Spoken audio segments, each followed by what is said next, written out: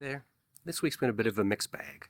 I've had a lot of issues with rain, where I'd get all my tools out and start working, and then it would be a crazy heavy thunderstorm.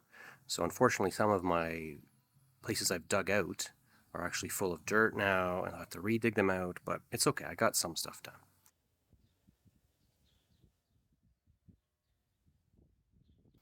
One nice thing is that I've managed to fill the fountain up with water, and it's been 4 days, I think, around that, and it's still got some water in it.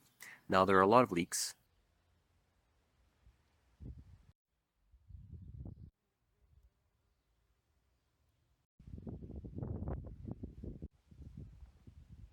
But the good news is that, nothing shifted, even with all the weight of the water in there. The bricks slash stones didn't move or anything like that. So what it's allowed me to do is to kind of see that, yes, when I put the pipes in, which I've now just received, that are going to run from the fountain into the garage and hook into the pump, um, it's going to allow me to be able to bury those pipes and be confident that nothing catastrophic is going to happen, so I have to dig them up again.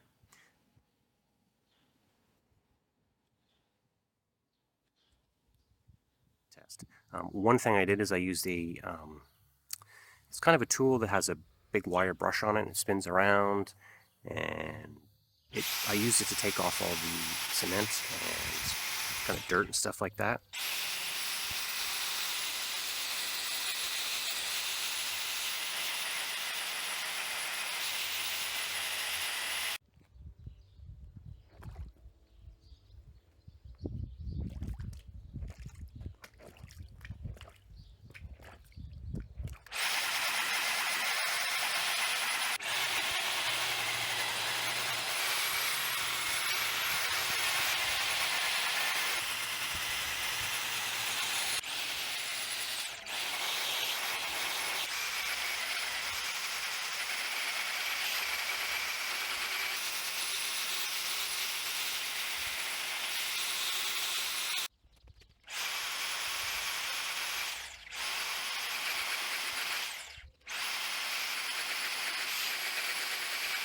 It, however, left paint still on. So I don't know if that's going to cause issues or if that's what's caused issues. But it's such a low priority right now. It's just more or less I want to make sure that the fountain will hold a bit of water, not going to explode or anything like that, and the bricks or the stones come out the sides or anything like that.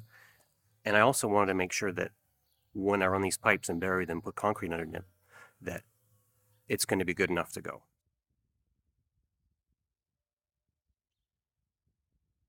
Next thing I did was I power washed it, did the sides a bit, the bottom, and then made sure as much of the dirt I could get out was out.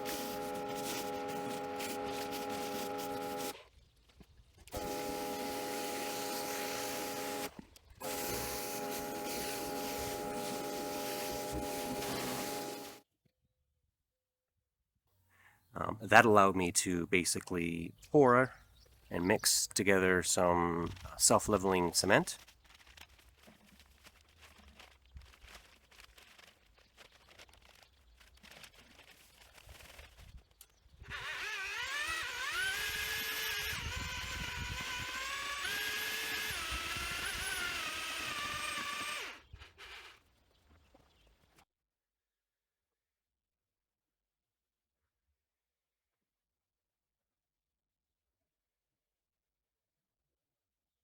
I don't think it really worked. It left a really weird pattern and there's a lot of water surface on it. Followed the instructions, read them like 4 or 5 times. I don't know why all the water came to the surface, if that's supposed to do that or not. I've also heard you should use a roller to get the bubbles out, but I don't really think it's a bubble thing. I don't know. I think it was just too hot or something happened to it, but it's such a low priority. I don't care. It doesn't really matter.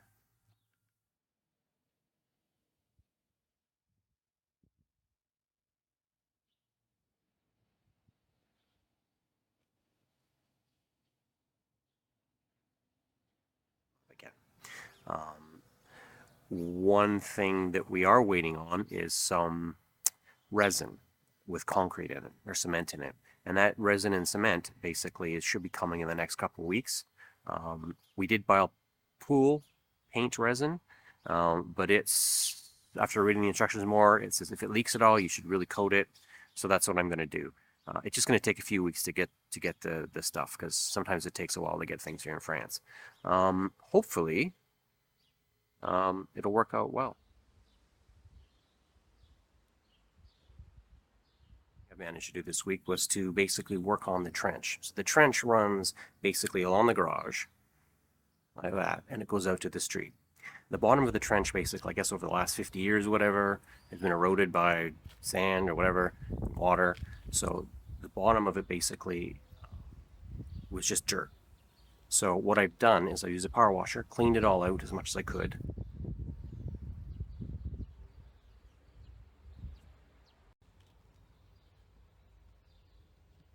So I mixed some cement, some concrete from it, just slapped it in there, nothing fancy.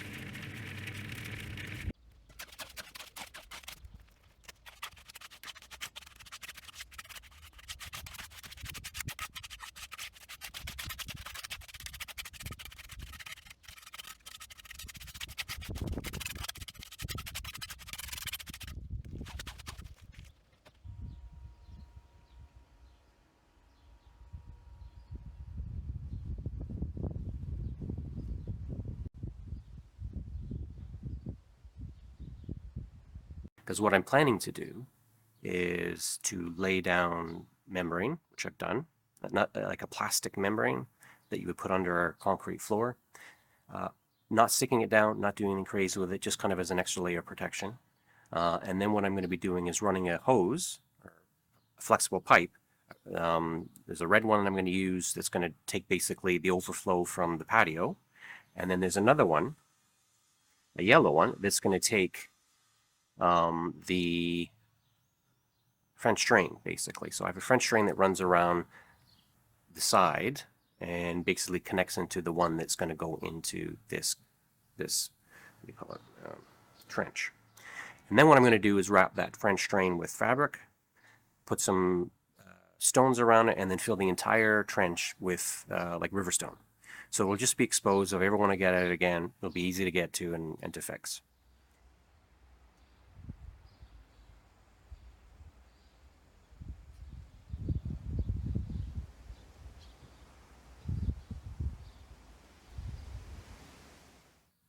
Also this week, I've basically notched out the wood that runs along the side of the patio, the what do you call it, the forms, and basically put a pipe under it. That pipe's going to be basically kind of protecting more or less, just so if I ever want to replace it afterwards, I don't have to dig a trench or try to dig under it. But what I'm going to do with that is wrap the French drain and then slide it through that pipe. And then that'll allow the water from the French drain to kind of cross under the pathway or walkway. And yeah, hopefully that'll work. We'll see. Once again, I don't have a great slope on it. I have like 1% slope, which hopefully is enough, but we'll just see. It's all extra layers of protection. That ended up being quite difficult was when I basically connected or disconnected and reconnected and shortened up the hose that runs, or the water line that runs from the street into the house and also into the pool room. So it's basically a junction where I just decided to put it in a box. I don't know if I'm going to worry about sealing it, but just a way that I can access that junction in case it ever fails. But it was quite difficult. Every stone possible I hit, everything was just difficult because I was on my knees and bending over the edge. But I got there in the end, so it's all good.